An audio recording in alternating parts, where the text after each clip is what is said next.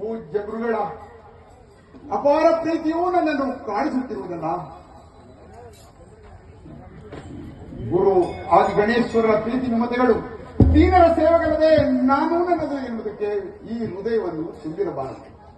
ಸಂಗಪ್ಪ, ಈ 7 ಮಲೆ 77 ಮಲೆಯ ಸುತ್ತು ನೋಡಿದರೂ ನನಗೆ ಪ್ರಭುಗಿರಿಯೇ ಕಾಣುತ್ತಿರುವುದಲ್ಲ.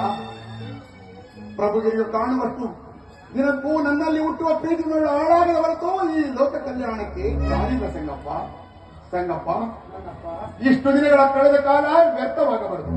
ಮುಂದೆ ಬರುವ ಕರ್ತವ್ಯದ ಬಗ್ಗೆ